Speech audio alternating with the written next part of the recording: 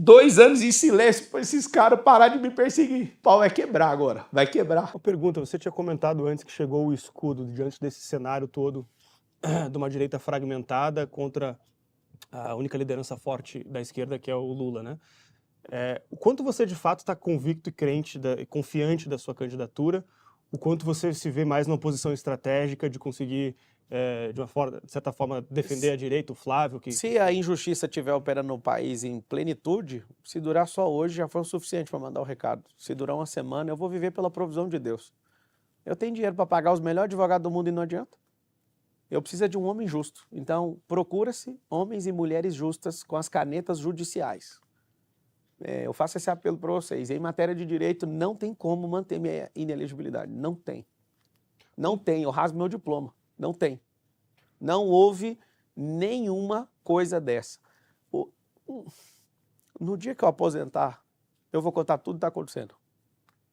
Quantos milhões alguém pede para fazer uma coisa? Mas eu não posso falar agora, se eu não consigo ajudar vocês. Entende ou não? Que está um cidadão desesperado que poderia ir para a Suíça não para viver igual os políticos, igual o filho do Lula está querendo viver para fugir de alguma coisa. Eu poderia estar em qualquer lugar, mas eu amo esse lugar aqui, cara. E eu estou de saco cheio disso. Eu estou atrás de homens justos e mulheres justas que têm uma caneta. Você que é funcionário público, togado, que responde pelo povo. Você podia pegar essa caneta e olhar esse processo com carinho, não dá nem para assessor, olha você. Se você olhar, você vai perceber que não existe isso. Existe uma tropa de vagabundo que está pondo pressão em todo mundo. Para quem não sabe, um político consegue pressionar um juiz de primeira e segunda instância falando assim, ó, eu não te promovo para cargo de desembargador, eu não te coloco no STJ, eu não te coloco no TST, eu não te coloco na cadeira de tal coisa. Se existir homem e mulher de verdade nesse país, vocês vão olhar para isso de verdade, com o seu coração. E se você continuar sendo alguém injusto, que você pague com a sua própria vida, que o próprio Deus vá para cima de você. Desculpa. Marçal, há um tempo... Tenho 2 anos que eu estou calado, porque se eu falar qualquer coisa, esses caras fodem os meus processos. Não tem medo de ir para a cadeia. Não tem. Paulo foi, Pedro foi, Jesus foi. Me taca lá, eu não vou parar nunca de falar o que tem que falar. Eu só tenho uma coisa que eu estou orando todo dia, que homens e mulheres justas, com cadeiras no judiciário, peguem com carinho e vejam, não existe esse negócio. Não existe. 2 anos em silêncio para esses caras parar de me perseguir. Já que não adiantou nada, o pau vai quebrar agora. Vai quebrar. E por falar em perseguição, se eleito, como é que você pretende resolver o problema dos conflitos de poderes no Brasil? Há um tempo atrás as pessoas não sabiam nem o nome dos ministros, não sabiam perceber como acontece esse embate entre legislativo, judiciário e executivo. Isso é visto como desequilibrado. Como é que você, como presidente, traria uma apaziguação ou correção para isso? A Corte Constitucional, ela está fora de controle.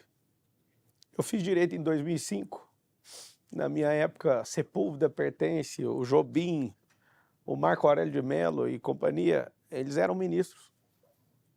E ela era uma corte constitucional.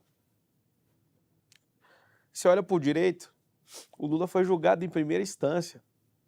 Essa corte condenou o Bolsonaro no STF sem poder recorrer para lugar nenhum. Mas você está protegendo o Bolsonaro, que ele se proteja. Mas qual que é a lógica de você pegar um cara que é ex-presidente do Brasil e julgar logo num lugar onde não tem como se defender, pô? Onde a maioria é formada politicamente, pô. O recado para Alexandre de Moraes, para Dias Toffoli, para Carmen Lúcia, para Nunes Marques, para André, para o Fux, para o Fachin, para todos os ministros do STF. Vocês têm o poder de se juntar e parar com isso. Alguém apertou uma mola muito forte e vocês estão desalinhados até hoje. E não estou falando como candidato, estou falando como cidadão, como alguém instruído em direito. Para de usurpar os poderes do Congresso Nacional. Parem de interferir nas coisas que é a atribuição do presidente do Brasil. O Brasil é um sistema presidencialista. Quem tem a caneta que dá direção é o presidente do Brasil. Então, como houve uma exposição muito forte, alguém foi apertando a mola com muita força, até hoje a corte está desregulada. E eu não estou fazendo crítica barata aqui não, estou falando não faz sentido o país continuar desse jeito, não faz sentido. Não faz sentido. Vocês 11, os 10, né? Os 10 agora têm poder de fazer isso. Vocês não perceberam o recado do parlamento quando não aprovaram? Como o é que se indicado resolve pelo isso Lula? na prática? Como? Como é que se resolve na prática o desequilíbrio? O desequilíbrio. Minha percepção, a gente tem que parar de colocar no STF pessoas que não são juízes. Isso tem que alterar a Constituição Federal com a maioria do Congresso. Então, espero por isso. Esse quinto constitucional, onde você coloca pessoas politicamente, acaba amarrando o STF. E esse jogo é assim, ó. Você tem seus processos, ninguém julga seus processos se você for político. Tem uma coisa que aconteceu minha no Pico dos Marins em 2021. Eles não julgam. Eles ficam segurando para depois negociar comigo. Se algum dia eu for visitar a cadeia, é porque eu não aceitei negociar nada de nenhum processo. Nunca paguei R$1 de corrupção em nada. Chega em obra minha, esses caras chegam, nós vamos parar. Que se foda, que pare essa porra aí e depois eu retomo. Existem documentos de empresas minhas e de loteamentos que não saem nunca. Nunca! E só sai se pagar. Então vai ficar aí. Então nós vamos lançar daqui 10 anos, 20, eu vou esperar esses vagabundos tudo morrer, alguma coisa vai acontecer. Agora, como é que faz para apaziguar? Tem que entrar alguém que não está com rancor de nada, cara. Tem que entrar alguém que é livre. Esses caras de partido todo mundo, fica o tempo inteiro tampando a bunda do outro. Todo mundo devendo alguma coisa. Foi só meu nome sair, eu já comecei a observar meus processos tudo movimentando. Por quê? Porque eles vão me ligar e falar, tá aqui os processos. Você quer sair algemado agora ou depois? Vamos embora agora mesmo. Põe para derreter o que tem que derreter logo. O problema da nação hoje é processo virou pecúnia, onde pessoas ganham muito com isso e usam isso para segurar as pessoas que têm medo. Aqui você pode olhar dentro do fundo da minha alma, que não tem um pingo de medo. Marcelo, Se for para morrer, que seja hoje. Se for para obedecer a Deus, que seja agora. Estou de saco cheio disso. você citou o Bolsonaro, na tua candidatura para prefeito de São Paulo, você não teve apoio do Bolsonaro, inclusive foi bastante criticado pelo Tarcísio na época, ambos fecharam com o Nunes, né, apoiaram o Nunes.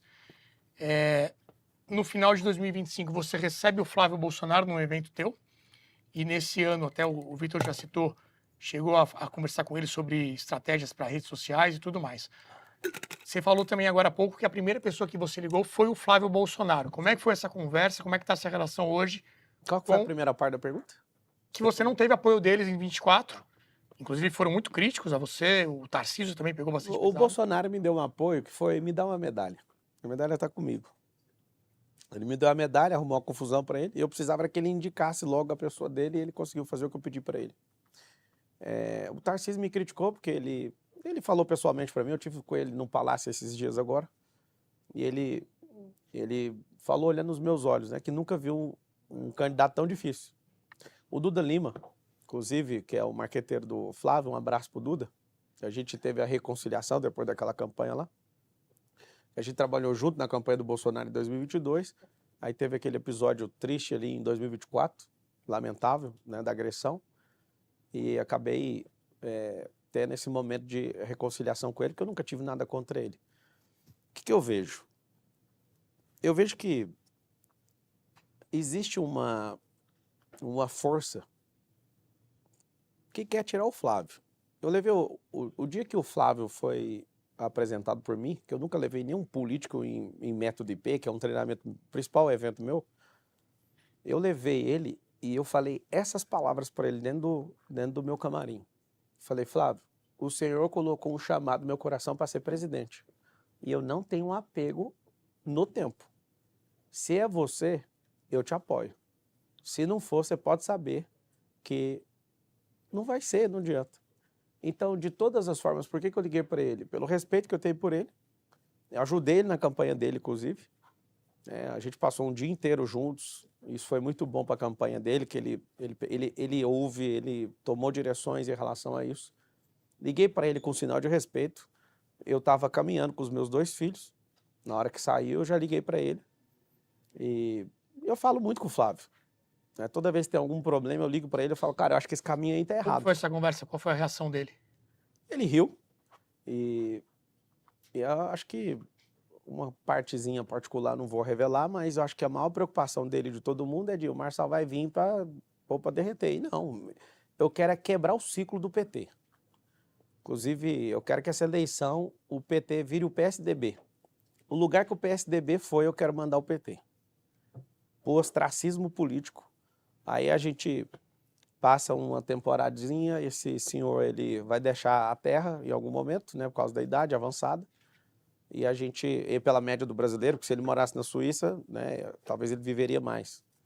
Mas eu não sou motivo de preocupação para ninguém. Se você for votar no Caiado, no Zema, seja lá em quem for, no Flávio ou no Lula, você tinha que apostar em mim só para você ver o que vai acontecer. Você não precisa votar em mim, só precisa apostar. Já que o Brasil virou apostador, porque não tem investidor aqui, aposta nesse cavalo aqui para você ver o que vai acontecer. Marçal, se você puder comentar, muita gente conheceu você ali na eleição de 2022 para prefeito aqui de São Paulo. 24, perdão. E uma das coisas que chamou muita atenção no final foi a questão do exame, o laudo sobre o Boulos ali, né, que segundo a perícia foi declarado como um laudo falso.